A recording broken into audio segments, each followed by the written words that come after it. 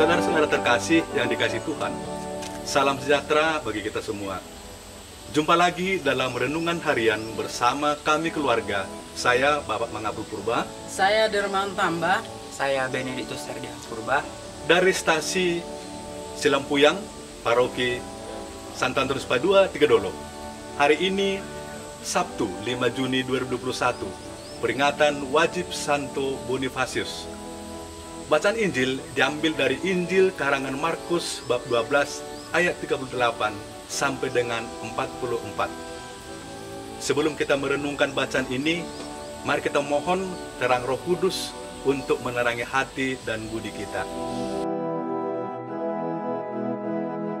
Mari kita mulai acara kita dengan berdoa demi nama Bapa dan Putra dan Roh Kudus. Amin.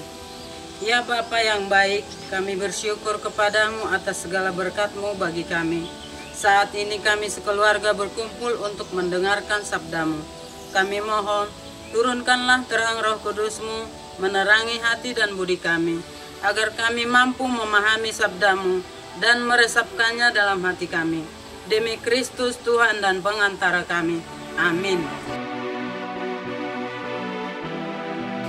Sekarang, mari kita mempersiapkan hati untuk mendengarkan sabda Tuhan.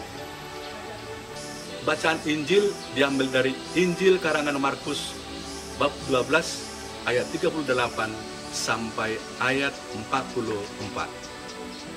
Dalam pengajarannya, Yesus berkata, "Hati-hatilah terhadap ahli-ahli Taurat yang suka berjalan-jalan memakai jubah panjang dan suka menerima penghormatan di pasar, yang suka duduk di tempat terdepan di rumah ibadat dan di tempat terhormat dalam perjamuan, Yang menelan rumah-rumah janda, sedang mereka mengelabui mata orang dengan doa yang panjang-panjang. Mereka ini pasti akan menerima hukuman yang lebih berat." Pada suatu kali, Yesus duduk menghadapi peti persembahan dan memperhatikan bagaimana orang banyak memasukkan uang ke dalam peti itu. Banyak orang kaya memberi jumlah yang besar. Lalu datanglah seorang janda yang miskin. Ia memasukkan 2 peser, yaitu 1 duit.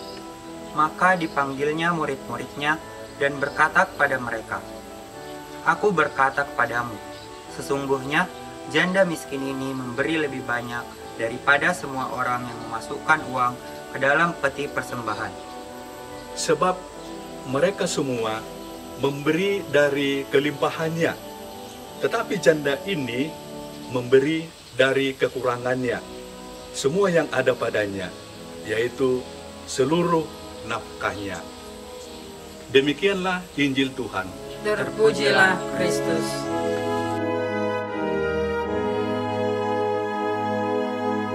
Saudara-saudari, setelah kita mendengarkan sabda Tuhan, sekarang kami akan membagikan ayat atau kalimat yang berkesan bagi kami dari bacaan tadi. Bagi saya sendiri, sangat berkesan, yaitu pada ayat 38. Yesus mengatakan di sana bahwa berhati-hatilah terhadap ahli-ahli Taurat yang suka berjalan-jalan, memakai jubah panjang, dan suka menerima penghormatan di pasar. Saya katakan kalimat ini berkesan karena saya melihat bahwa pada zaman sekarang ini banyak orang yang munafik, banyak orang yang berkata-kata manis, banyak orang yang berjanji muluk-muluk, tetapi tidak bisa diwujudkan dalam kehidupan sehari-hari. Jadi saya melihat ini, ingin merubah diri saya sendiri, supaya saya selalu menunjukkan apa adanya.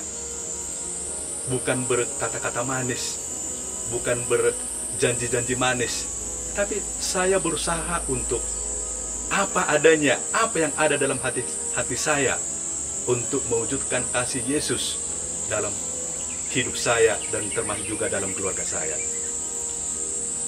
Demikian, terima kasih. Baiklah, menurut saya ayat atau kalimat yang berkesan bagi saya pribadi adalah di ayat 42 yang menyatakan, bahwa janda miskin itu datang membawa hanya 2 peser atau 1 duit.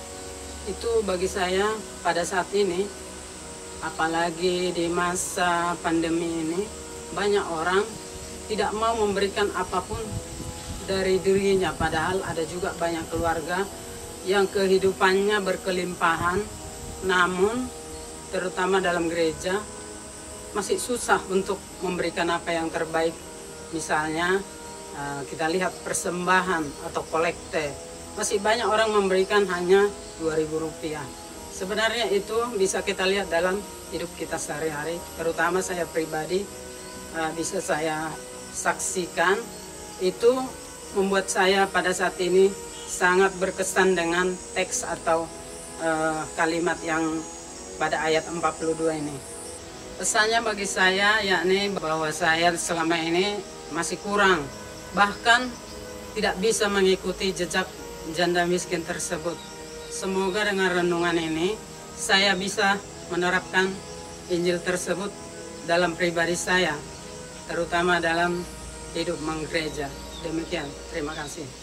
Ayat atau kalimat yang berkesan bagi saya sendiri adalah ayat ke-44 yang berisikan, sebab mereka semua memberi dari kelimpahannya, tetapi janda ini memberi dari kekurangannya, semua yang ada padanya, yaitu seluruh nafkahnya.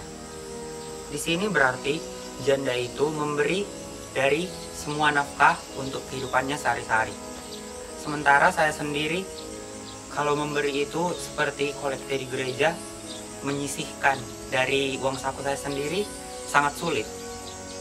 Jadi pesan bagi saya yaitu saya harus lebih memberi dan menyisihkan sebagian uang saku saya untuk kehidupan menggereja.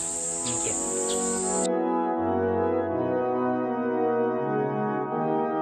Saudara-saudari yang terkasih, demikian kami sudah membagikan ayat, kalimat yang berkesan bagi kami masing-masing. Pasti kita juga masing-masing memiliki ayat atau kalimat yang berkesan dari kutipan tadi sesuai dengan pengalaman kita. Maka apa yang menjadi pesan dari bacaan ini yang dapat kita wujudkan dalam kehidupan kita? Yang pertama, mari kita melakukan sesuatu dengan tulus hati tanpa kepura-puraan. Yang kedua, mempersembahkan yang terbaik dari diri kita kepada Tuhan. Yang ketiga, memberi diri kepada kehidupan menggereja.